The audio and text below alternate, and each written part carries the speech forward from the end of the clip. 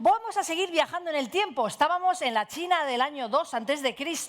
y nos volvemos al siglo XX. Sí, un salto de gigante. Nos vamos al 8 de mayo de 1980. Estamos en la 33ª Asamblea Mundial de la Salud, en la que se declaró lo siguiente, y abro comillas: el mundo y todos sus habitantes se han liberado de la viruela.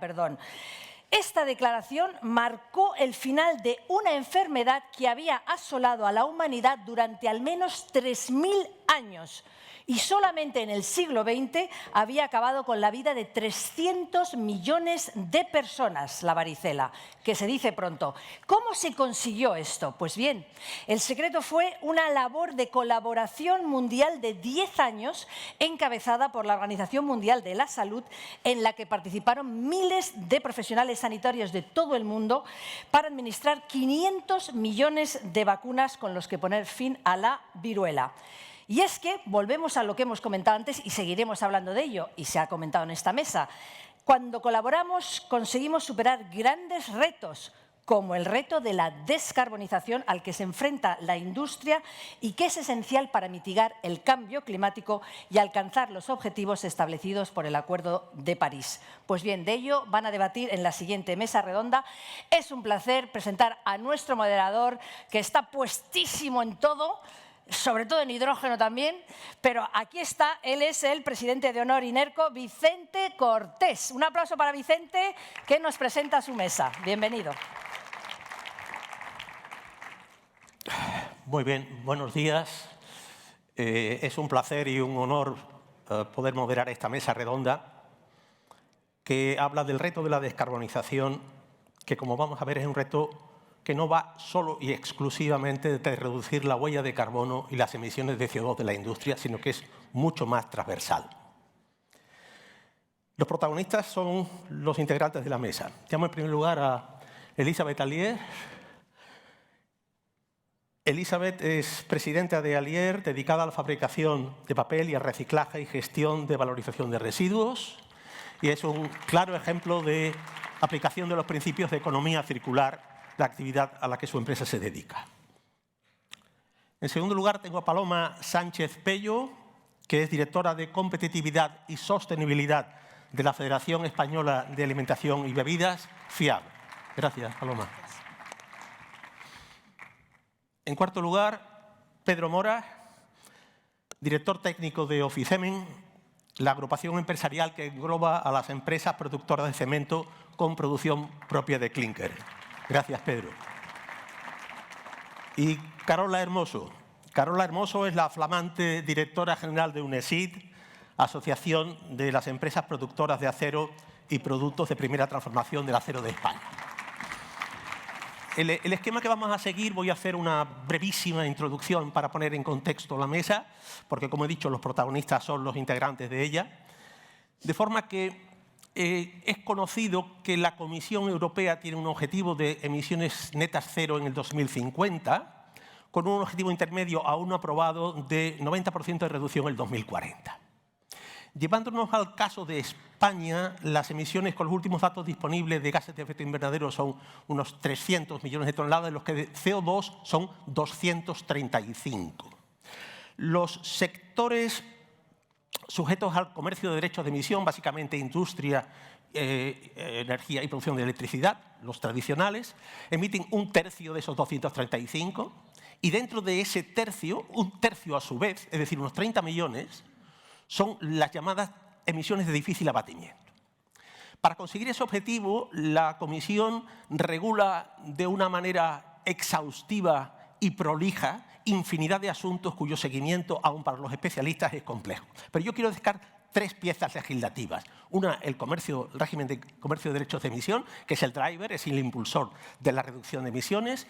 En segundo lugar, la Ley de Industria Neta Cero, que tipifica las 19 tecnologías que contribuyen a esa reducción de emisiones objetivo. Y en tercer lugar, y extraordinariamente importante, el mecanismo de ajuste en frontera de carbono para proteger una serie de sectores industriales. este no es un trabajo exclusivamente de las empresas, es un trabajo conjunto de la administración y las empresas. Como se va a poner de manifiesto en las intervenciones del panel, hace falta instrumentos específicos para posibilitar que los mayores costes de inversión y fabricación de productos descarbonizados tengan un soporte que permita su introducción en el mercado. Sin ese soporte no va a ser posible avanzar en la línea deseada. Y termino. Esto no va solo de descarbonización, va de competitividad y va de empleo. En ese sentido, se abre un escenario incierto en el que, con la nueva Comisión Europea y el informe de Draghi sobre la mesa y las actuaciones previsibles de la administración Trump, nos encontramos con una situación en donde probablemente haya que reconfigurar las estrategias. Y sin más, voy a dar la palabra a Elizabeth y le voy a preguntar precisamente a raíz del informe de Draghi, que textualmente indica que los objetivos de descarbonización de la Unión Europea son más ambiciosos que los de sus competidores y generan costes adicionales en el corto plazo para la industria europea. ¿Qué te parece esta aseveración tan genérica, evidentemente? Sí, bueno, primero, en primer lugar, muchas gracias por haberme invitado a participar en esta mesa redonda. Estoy totalmente de acuerdo con esta frase de Draghi. Diría no solo costos a corto plazo, sino a medio, ¿no? Inversiones a nivel industrial te implican, no las haces a corto ya, las haces a medio o a largo, ¿no? Pero realmente aquí lo importante a poner de manifiesto en una mesa, en un congreso de industrias, que creo que no hay ninguna duda de que la estrategia de descarbonización en Europa no tiene que cambiar, porque el cambio climático lo tenemos aquí y ya por una responsabilidad sectorial, empresarial y social, ¿no? Medioambiental, este compromiso con la descarbonización ahí está. El tema es que este compromiso en la descarbonización venga ligado con la competitividad, ¿no? Como hacemos frente a potencias, como hablabas, Estados Unidos, China, que han hecho sus deberes, están protegiendo a su industria, a su economía de una determinada manera, en una zona como Europa con estas obligaciones que nos hemos generado y que queremos cumplir, tenemos el compromiso de cumplir, ¿no? Bueno, el propio informe Draghi ya hace un estudio, una diagnosis de la economía europea con distintas líneas a seguir que también compartimos también como sector, en que hay que hacer rápido esta búsqueda de competitividad, no perder para evitar que se nos vaya la industria, ¿no? Empresas multinacionales que pueden elegir dónde ponen una nueva planta tendrán que elegir Europa, Asia, América, ¿qué hago, no? Bueno, pues tenemos que hacer que reindustrializar Europa, que se habla, pero hay que hacerlo y hay que hacerlo rápido, hay que hacerlo de una manera práctica y para hacerlo, ¿qué hace falta? Bueno, en primer lugar, pues inversión, ¿no? Se habla en el informe Draghi de unos 800.000 millones de euros anuales de inversión. Esta inversión es imprescindible. Las empresas nos encontramos a nivel práctico, necesitamos descarbonizar, sí, genéricamente, pero eficiencia energética, de consumo de agua, de consumo de electricidad, de innovación, de digestión de lodos, o sea, cosas muy concretas, descarbonización. Hay muchísimas inversiones para llegar a estos objetivos de sostenibilidad que necesitan de inversión. Esta inversión tiene que llegar, porque una cosa es que Europa la apruebe y luego que los Estados lo gestionemos. Ya hemos vivido una experiencia con los fondos Next Generation. Yo, por mi parte, como empresa, pues hemos sido beneficiarios de estos fondos, lo que colabora a que se lleven a cabo las inversiones, pero hace falta más, ¿no? Entonces, esta agilidad administrativa es importante y también es muy importante el incremento de la productividad de las empresas para poder tener esa competitividad, el incremento de la productividad y de la innovación, ¿no? Para poder ser competitivos con otros mercados hay que ser innovadores y precisamente unos productos que pueden ser más caros o no, los tenemos que hacer con innovación, costo eficientes, para que encuentren sus mercados, ¿no? Ya para acabar, sí que diría que aparte de la descarbonización también es muy importante para la competitividad de la industria europea, la economía circular es básica. En el sector papel somos un exponente, pero en general creemos que se tiene que fomentar también la economía circular, no solo hablar de descarbonización. Muy bien, muchas gracias. Paloma, aun entendiendo que en la federación que representas hay un cúmulo de subsectores con peculiaridades propias. ¿Crees que se dan las condiciones en este momento para abordar las inversiones necesarias en esta ruta de descarbonización? Hola, buenos días y también muchísimas gracias por invitar a FIAP a participar en este congreso. Efectivamente, el sector de alimentación y bebidas es un sector que tiene unas especificidades muy concretas, ¿no? Somos primer sector industrial del país, con unas 30.000 empresas más o menos, pero más de un 95% de estas empresas son pymes, con lo cual la dificultad para acceder a ellas, para que estén formadas y para que puedan hacer las inversiones es más complejo. Tiene otra particularidad el sector y es la diversidad de sectores. El sector de alimentación y bebidas tiene más de 40 subsectores y cada uno de ellos procesan materias primas diferentes, con procesos productivos muy distintos y con empresas muy diferentes desde el punto de vista del nivel tecnológico. También tenemos otra particularidad y es que muchos de los sectores procesan materia perecedera que la tienen que procesar en muy poco periodo de tiempo y luego el resto del año, sin embargo, pues prácticamente es un mantenimiento de la empresa, pero no están haciendo un procesado, ¿no? Por ejemplo, el azúcar o el aceite de oliva, ¿no? Se procesa en 2-3 meses. Por tanto, las características de este sector yo creo que difieren bastante de otros sectores. Sin embargo, es verdad que somos bastante consumidores, muy intensivos, tanto en electricidad como en gas. Tenemos un consumo del 14% más o menos de electricidad de todo el sector industrial y un 20 y tantos % de todos los combustibles frente al resto de industria. ¿El reto se va a cumplir? Bueno, el sector está trabajando muy seriamente en este reto. Yo creo que se va a cumplir, pero es verdad que las inversiones que hay que hacer son muy grandes desde el punto de vista de las tecnologías en un sector, como digo, con mucha pyme y, por tanto, hacen falta, yo creo que 3 cosas. Una adecuada financiación, incluidas pues, ciertas ayudas a las pymes, un acompañamiento a las industrias con una colaboración público-privada para que puedan acceder a todas las tecnologías y financiación y una formación a las empresas para que puedan abordar el tema. Muy bien, muchas gracias. Luego volveremos sobre este tema del apoyo de la Administración, pero vamos a pasar a continuación a Pedro. Pedro representa a Oficemen, fabricantes de cemento, que son, junto con la fabricación de acero, probablemente los exponentes más claros de esas emisiones de difícil abatimiento, a las que no se pueden aplicar soluciones convencionales, ¿no?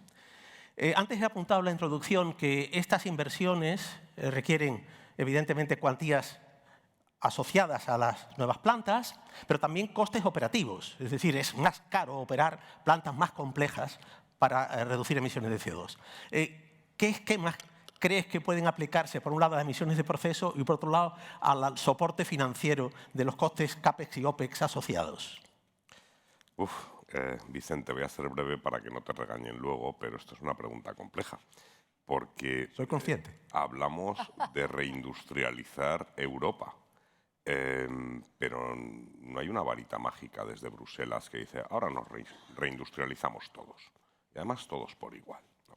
Lo primero que hay que entender es que hemos iniciado un proceso de competencia interna entre Estados en la Unión Europea.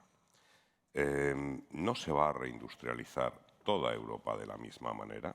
Se reindustrializarán más los territorios que sus gobiernos generen las condiciones adecuadas de diversa índole para que la industria se sitúe o se mantenga allí.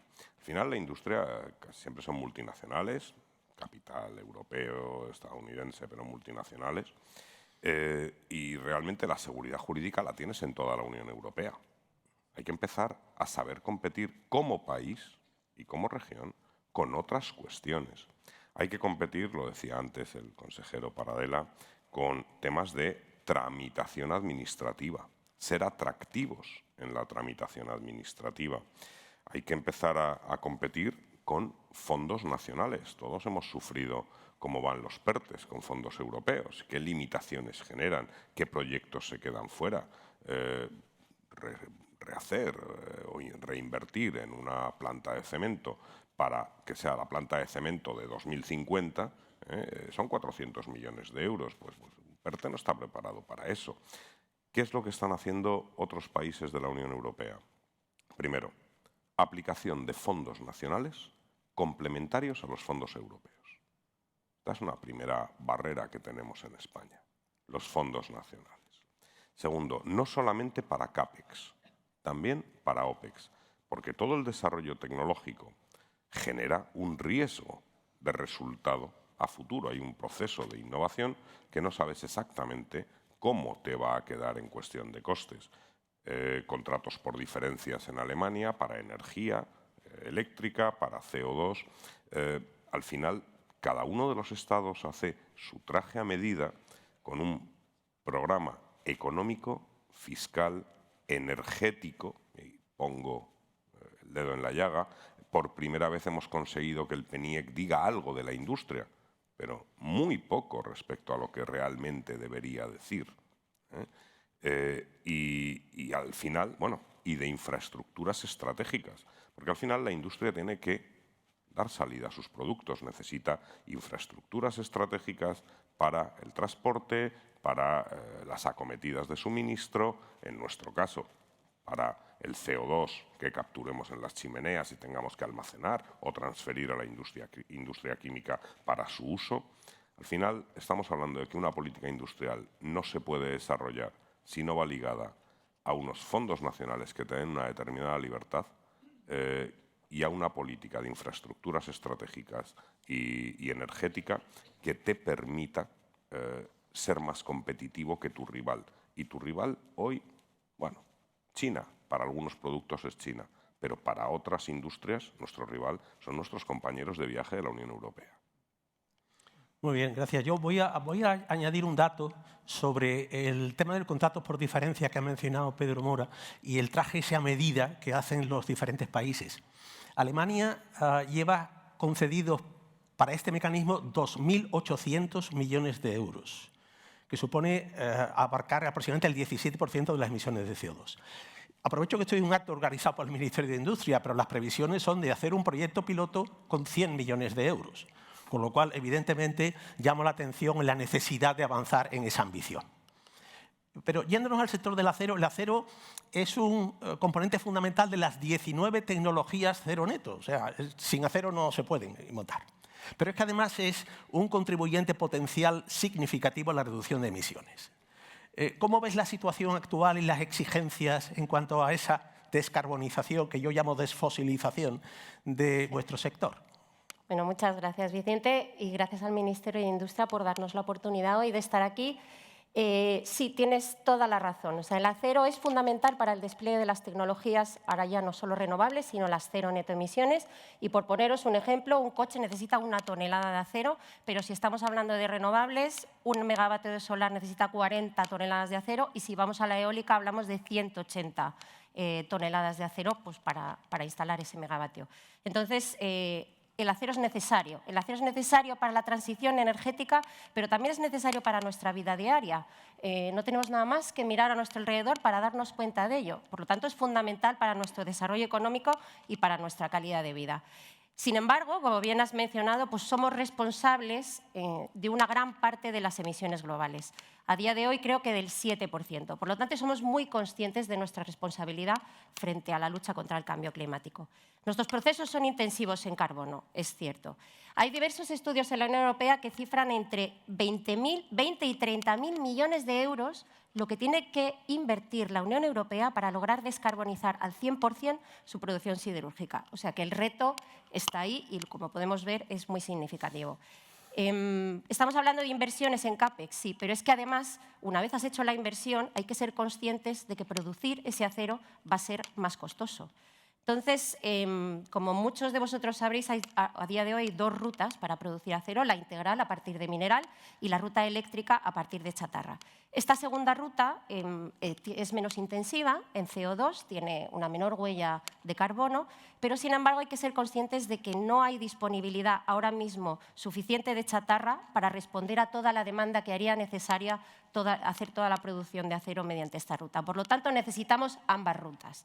Y en el caso de la ruta integral, que es la más intensiva en energía y que produce acero a partir de mineral de hierro, a día de hoy la ruta más explorada para descarbonizar es la DRI hidrógeno, en la cual se sustituye el coque por el hidrógeno para reducir el mineral de hierro.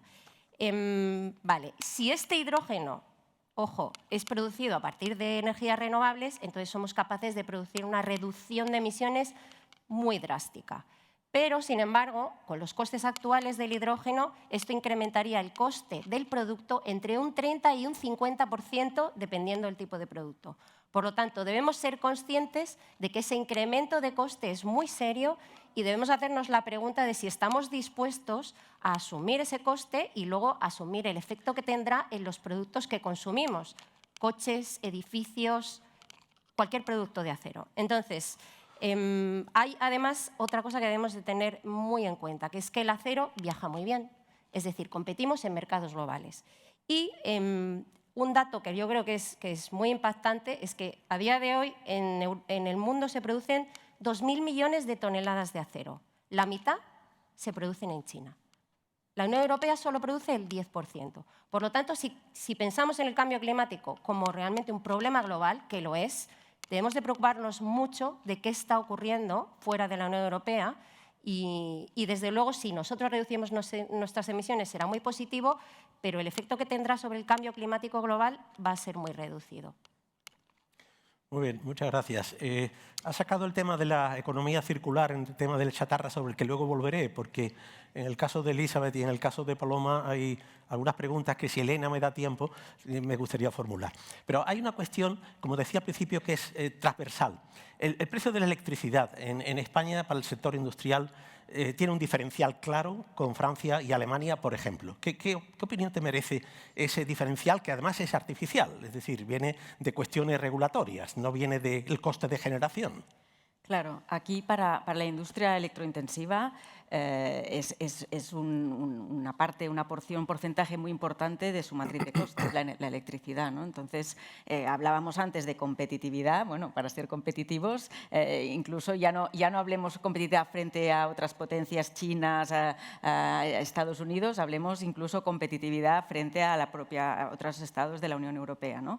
Y efectivamente, como dices, si bien a nivel mercados pues, y hay producción energética, dices, hombre, España, el país de las renovables, el sol, el viento, etcétera, pues podemos generar la tarifa de mercado, es, bueno, más o menos puede fluctuar, ya vemos hoy, ¿no? Con tema climático, cómo cambia todo, pero es una tarifa que podría ser más o menos similar a los demás. Aprovecho aquí para soltar el input de la falta de red eléctrica suficiente para implantación de nueva industria si queremos reindustrializar, ¿no? Y a las renovables, el desarrollo de las renovables, sobre todo en algunas comunidades autónomas. Pero bueno, cierro el paréntesis. En cuanto al coste puramente, en la tarifa, si vemos nuestras facturas, precio-tarifa, bien, pero luego le vamos añadiendo, como decías tú, un poco artificialmente, ¿no? O sea, otros costes añadidos, que serían los servicios de ajuste, que serían las tasas de los impuestos, la compensación de derechos de CO2, el servicio de gestión de la demanda. Claro, vas sumando y al final resulta que, según datos de AEG, el año pasado el coste de la energía eléctrica en España era hasta un 180% más alta que en Francia, donde tienen unas ayudas especialmente para la industria, y hasta un 80% más cara que en Alemania, ¿no? Claro, aquí es muy complicado competir. Dentro de estos costes añadidos a la factura que vas viendo en las líneas como suman, hay una partida importante que es la de la compensación de los costes de CO2, que, como sabéis, no es una compensación de los costes directos esta compensación se paga a las industrias que estamos en riesgo de fuga de carbono. a la mayoría, y no es directamente esos costes directos los que te pagan, hay unos cálculos en Europa bastante complicados, pero que es un mecanismo que ofrece la Unión Europea para compensar estos costes y para dar competitividad a la propia industria. Bueno, pues vemos que el Estado español está usando un 40% aproximadamente de lo que podría destinar a esa compensación frente a una Alemania que está destinando un 100%. De ahí el resultado en el coste final de la energía en la factura, ¿no? Entonces, bueno, creo que también aprovechando el foro en el que estamos, vale la pena reiterar la petición que tiene la industria electrointensiva de decir, bueno, ahora tenemos unas subastas de derechos de CO2. Aprovechemos los ingresos obtenidos en estas subastas, podemos dedicar un 25% a esta compensación de los costes, podemos dedicar un 25% más a proyectos de descarbonización que vayamos haciendo. Hay que invertir, antes hablaba de mucha inversión. Como decíamos, no toda la inversión tiene que venir de la Unión Europea, los Estados también pueden destinar recursos a esos fines, o también a un fondo, destinar otro 20% a un fondo de apoyo a los derechos de diferencias de CO2, ¿no? Entonces, bueno, creo que hay trabajo a hacer. Si realmente queremos, antes escuchábamos algunos municipios, algunas regiones, queremos atraer industria, pues la industria tiene unas necesidades, tiene unas obligaciones y importante el poder conseguir un coste energético competitivo en España. Muy bien, os pediría un poquito de concisión porque nos quedan pocos minutos. Elena está vigilante en algún sitio y le gustaría llegar al tema de economía circular, que es especialmente importante en este sentido. Paloma, aun entendiendo de nuevo la heterogeneidad de los subsectores que tenéis, habéis publicado una hoja de ruta de descarbonización. ¿Qué opciones son las que retenéis en primera instancia? Brevemente, Sí, por favor. Tenemos ciertas recomendaciones en esta hoja de ruta que resumo brevemente. La primera es centrarnos en priorizar sectores que tengan las emisiones agregadas más altas. Porque al ser pymes, al final, sectores, por ejemplo, conservas vegetales, sectores que no son muy grandes, pero la suma de muchas empresas al final dan un agregado muy alto, creemos que es más prioritario abordarlos que otros sectores con producciones menores y con empresas muy grandes que ya han abordado temas como puede ser el azúcar, por ejemplo, ¿no? Por tanto, priorizar este tipo de sectores es una de las primeras cosas que creemos que hay que hacer. Lo segundo, la selección de las mejores tecnologías, no solo desde el punto de vista de tecnologías de procesado, que por supuesto pues ir a vacío, a nuevas tecnologías de microondas. Bueno, hay un montón de tecnologías que se están mirando en el proceso productivo, pero también nuevas tecnologías en cuanto a nuevos combustibles y nuevas tecnologías de renovables, eólica, solar, que de momento están dando poco resultado. Otro aspecto que tenemos que buscar y que centrarnos es la modernización de las instalaciones. Y aquí también tenemos un problema porque al ser empresas pequeñitas, muchas de ellas centradas en los núcleos urbanos de pequeños territorios, la posibilidad de ampliación o de hacer cambios en las compañías no es tan sencillo y por tanto ese es otro de los retos que tenemos. El siguiente, a la hora de elegir tecnologías, es la seguridad de que las tecnologías vayan a funcionar y el precio de las tecnologías, que no es nada fijo ni seguro y, por tanto, esto a la hora de invertir las empresas, hasta que no esté muy claro, no lo van a hacer. Y esta es otra de las cosas prioritarias, ¿no? Por ejemplo, el hidrógeno verde. Bueno, pues está ahí que nadie sabe si entrar o no entrar. Y lo último es conocer bien los datos del sector, no solo a nivel nacional, sino incluso a nivel europeo. La verdad es que es un sector que, al tener tantísima diversidad y tantas empresas tan diferentes, el tener una base de datos fiable y segura no es tan sencillo como parece, y para poder abordar todo esto también es un tema prioritario. Yo lo dejaría en esos Has puesto temas. sobre la mesa un tema que no nos da tiempo a desarrollar, que es el nivel de desarrollo tecnológico, el TRL, de las tecnologías a utilizar. Algunas están en fase muy temprana de desarrollo, no aplicable, y las que están en fase de aplicación están muy al principio de la curva de aprendizaje, con lo cual ahí hay un dilema.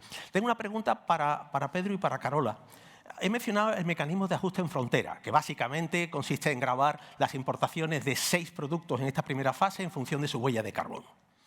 ¿En qué medida consideráis que, tal y como está diseñado en este momento, protege, por decirlo de alguna manera, a la industria del cemento y a la industria del acero? Bueno, pues veremos este año y el que viene, que es cuando empieza realmente el pago, si es efectivo y si realmente pone a competir a los productores externos a la Unión Europea en las mismas condiciones que a los productores internos. Nosotros hemos hecho un trabajo estos 2 últimos años muy importante con aduanas del Estado. Hemos firmado un acuerdo, hemos desarrollado formación para los técnicos, sistemas de control, porque el riesgo de elusión es elevadísimo. Luego hay una incertidumbre, ¿no? Realmente el cemento clinker que pueda venir de fuera de Europa va a venir medido en su huella de carbono con el mismo rigor que se mide en Europa. Claro, el problema es que el mecanismo ajuste frontera es una herramienta absolutamente necesaria para la transición, pero no garantiza el futuro. Como yo tengo una hoja de ruta de descarbonización por la que pretendo ser neutro o negativo en emisiones en 2050, y eso me cuesta un CAPEX y un OPEX que hemos hablado antes, necesito poder invertir, necesito poder tener mayores costes de producción durante un tiempo, cosa que no tienen nuestros competidores. Lo decía antes Carola, el cemento de Turquía, de Egipto, de China, no tiene ningún control. Pero no solo es eso, porque me puedo enfrentar a un efecto norte-sur, donde en África, en el Magreb, sí aporten infraestructuras estratégicas para que el cemento que allí se produzca, igual que el de Noruega o el de Suecia o el de Alemania, pueda estar descarbonizado. Me estoy refiriendo a programas nacionales de apoyo al CAPEX y al OPEX, a almacenamientos geológicos de CO2, etc. Con lo cual, si el cemento viene descarbonizado, no paga nada en la frontera. Con lo cual, el CBAM es un elemento fundamental, pero no suficiente, si no nos permite, en el tiempo que actúa el CBAM, crear las infraestructuras estratégicas de país que me permitan a mí descarbonizarme y llegar a la neticidad cero. Y tenemos dudas de las 2 cuestiones. Primero, de la efectividad del mecanismo en los primeros años, por la permeabilidad de las fronteras europeas en general y españolas en particular. Y en segundo lugar, de si vamos tarde en la creación de las infraestructuras estratégicas. Carola, ¿algo que añadir? Sí, bueno, yo coincido con Pedro. O sea, el CBAM es una herramienta fundamental para preservar la competitividad de la industria europea, porque, como sabemos, la Unión Europea es pionera en la lucha contra el cambio climático y por eso creamos el esquema de comercio de emisiones y nuestros productos pues, están sujetos a esa carga y era necesario equilibrar la balanza. Con el CBAM, además, la Comisión Europea pretende incentivar en terceros países pues, que ellos mismos adopten sus propios esquemas. El problema del CBAM es la complejidad de su implementación y nosotros lo estamos viviendo ya. Hay muchos riesgos asociados a que no se implemente debidamente. Pedro lo ha mencionado. Lo primero, a la verificación de las emisiones en esos terceros países. Cómo se va a llevar a cabo y cómo podemos estar seguros de que esas emisiones que declara el importador son reales y son verídicas. Y luego, en segundo lugar, el concepto que lo llaman así en la Unión Europea, circunvección, que se traduciría como elusión. ¿Y en qué consiste? Pues cualquier cambio en las prácticas comerciales cuyo único objetivo sea evitar las obligaciones del CBAM. Y os pongo un ejemplo. Un producto que se ha producido en un sitio con alta intensidad en carbono es reexportado a un tercer país que tiene más, digamos, una producción menos intensiva en CO2 y se reetiqueta allí como si se hubiese producido allí y luego se reexporta a la Unión Europea. Eso, por ejemplo, sería un riesgo de elusión. El segundo riesgo de elusión, y eso se está viviendo ahora ya con algunos otros instrumentos de defensa comercial que existen en la Unión Europea, es que se le hagan pequeñas modificaciones al producto para cambiarle la categoría dentro de los códigos arancelarios, cambiarle el código arancelario y que se importe dentro de aquellos productos que no están sujetos al CBAM. Y por último, algo que también nos preocupa mucho es el impacto en la cadena de valor del acero. Hay muchos productos hechos con acero que no están sometidos al CBAM. ¿Y qué es lo que nos preocupa? Pues que esas producciones de esos productos se puedan desplazar a países que no están sujetos al CBAM y al final eso se reexporte a la Unión Europea. Y tengo aquí varios ejemplos para que sepáis de qué estoy hablando. Motores, carrocerías, estructuras prefabricadas, tornillerías. Toda esa producción, aguas abajo en la cadena, se podría desplazar fuera de la Unión Europea para evitar esa carga. Entonces, mi conclusión respecto a esto es que es una gran herramienta, es una buena herramienta para preservar la competitividad, pero hay que tener mucho cuidado de hacerle un seguimiento a corto y medio plazo y largo del impacto que pueda tener en la industria y en las importaciones. Muy bien. El marcador se nos ha puesto en rojo, cosa que el auditorio no ve. Pero efectivamente estoy totalmente de acuerdo. El CBAM incluye el hidrógeno, pero no incluye los derivados del hidrógeno, con lo cual el amoníaco no está cubierto por el CBAM a día de hoy.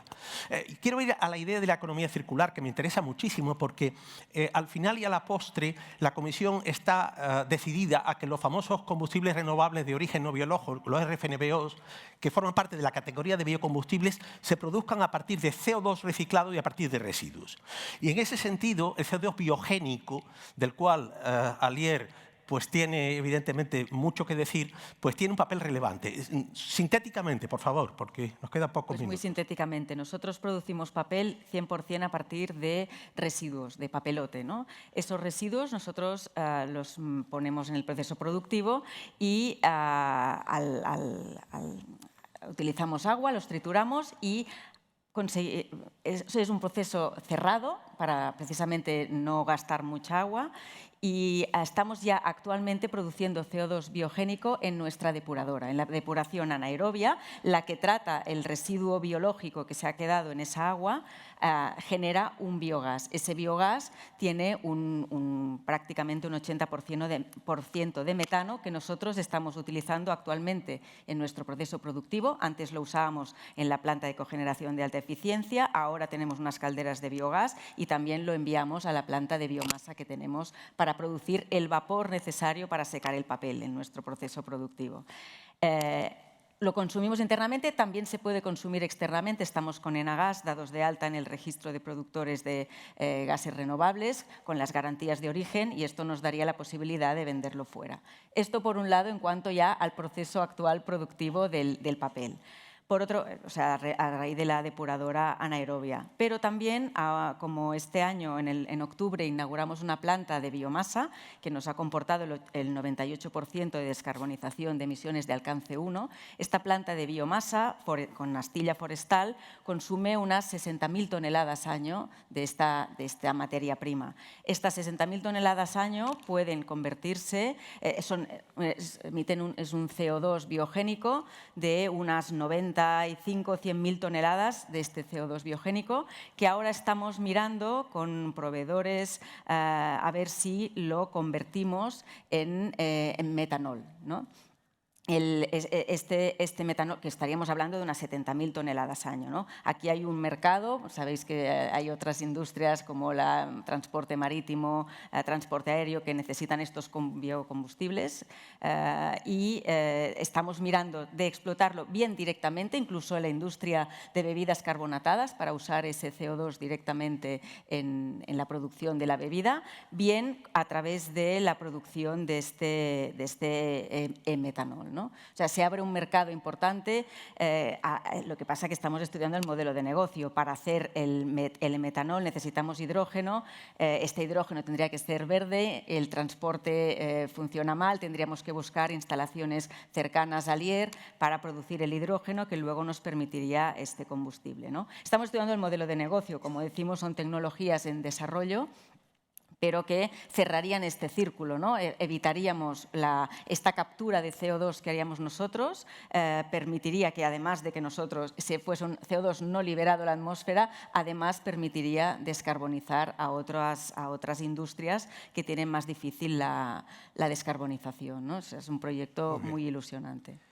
Paloma, la Comisión en su estrategia de fabricación de biocombustibles tipifica un gran número de residuos, de los cuales una parte importante son residuos de la industria alimentaria. ¿Veis eso como una oportunidad para vuestro sector?